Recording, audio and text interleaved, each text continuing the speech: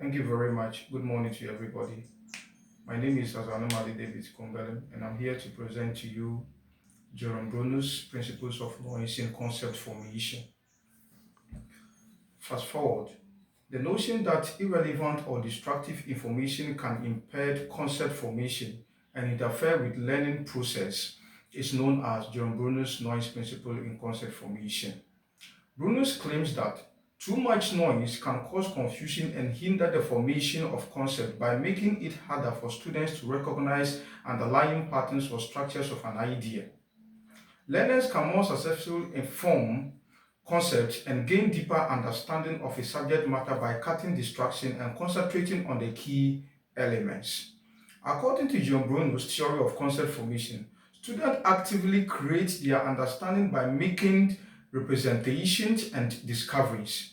He suggested three models, and those models were inactive, which is based on action, which is action-based, iconic, which is image-based, and symbolic, which is language-based. These are used to advance learning.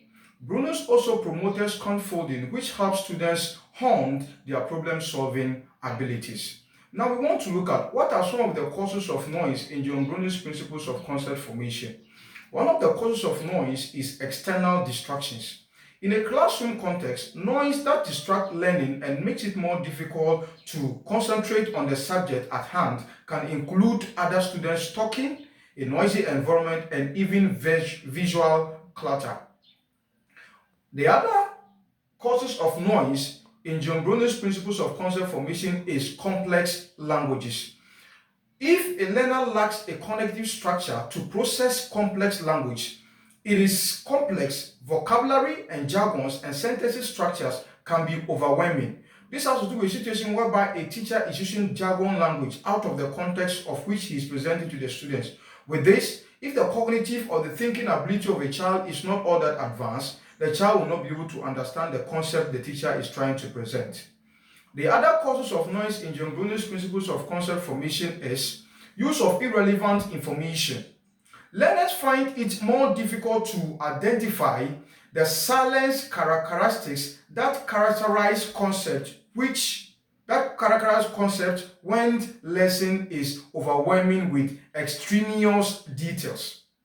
This is similar to attempting to locate a particular sound in a noisy setting because it is challenging to separate the signal from the background noise. Conflicting example is also one of the causes of noise. Confusion may arise if certain examples of a concept have characteristics that run counter to its defining characteristics. For example, it goes against the common knowledge that linear algebra contains vectors if a child is learning about vectors and some examples of linear algebras are presented. This way, it boils us down to what we know as conflicting examples. Now, I want to look at what are some of the ways to prevent noise in John Brunner's principles of concept formation. One of the ways of preventing noise is reducing external distraction, which is essential for avoiding noise because it enables students to concentrate on the pertinent details and actively develop their conceptual understanding. Learners can more efficiently process information through their senses, retain in the memory, and create meaningful connection between the new and the existing knowledge by minimizing distraction.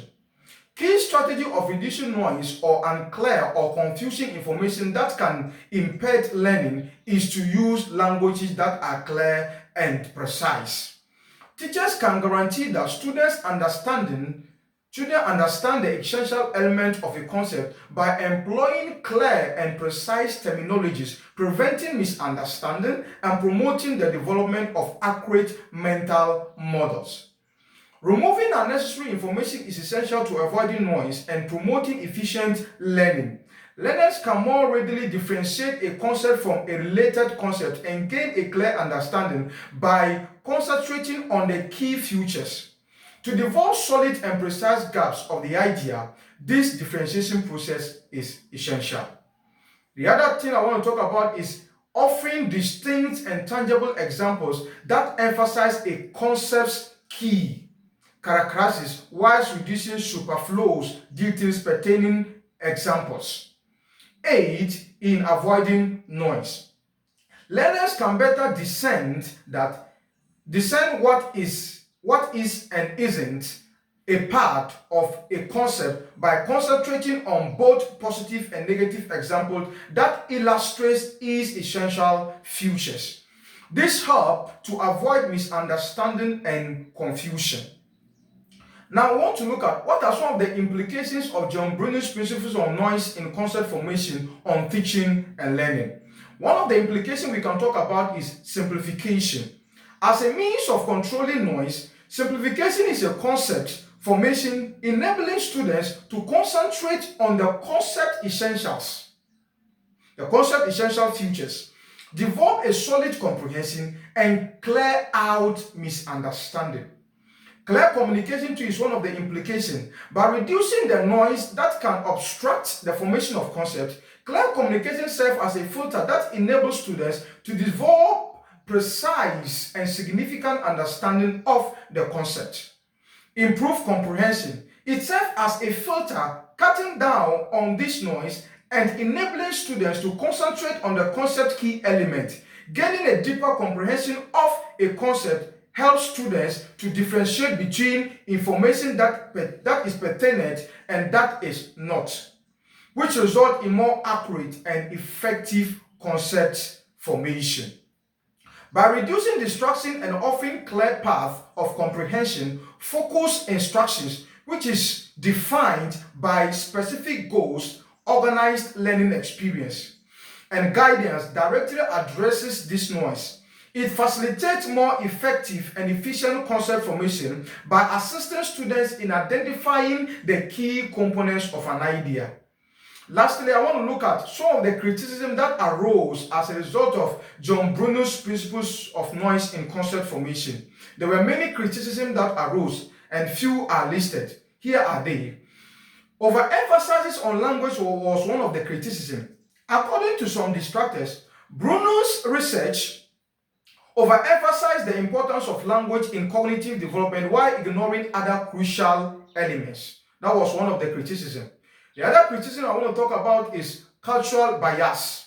Because Bruners' theories are primarily grounded in research conducted in West African societies, critics have noted that they may be biased towards one culture while ignoring the influence of other cultural contexts.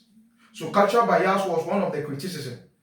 The other criticism others talked about was lack of empirical support. Bruners has come under fire from some academians for not offering enough empirical evidence to back up some of his theoretical assertions, especially in his early works. Complexity have drawn criticism for their practical and accessibility in educational settings because they are frequently seen as difficult to comprehend. Despite these criticisms, Bruners' contribution have had a major influence on the domain of education and cognitive psychology. And these theories are still relevant even up to today. In conclusion, Bruners believe that the children must be facilitated so that they could learn better. They need a scaffolding in order to learn something. The children must be assisted to develop the skill like problem solving and decision making. They only need little facilitation in order to get started with their learning process. The learning process will focus more on symbolic learning of the children. So the curriculum must be designed in this way so that the learning of children could be improved. It is also important that the children are taught by making independent learners, by making them independent learners. Teachers should focus on scaffolding process and must make them increasingly dependent on themselves. For this purpose, they must give them tasks and check their learning process, and they must keep notes of their activities and focus on encouraging them to learn more. Thank you very much. Thank you very much. Thank you very much for hearing me. I'm out.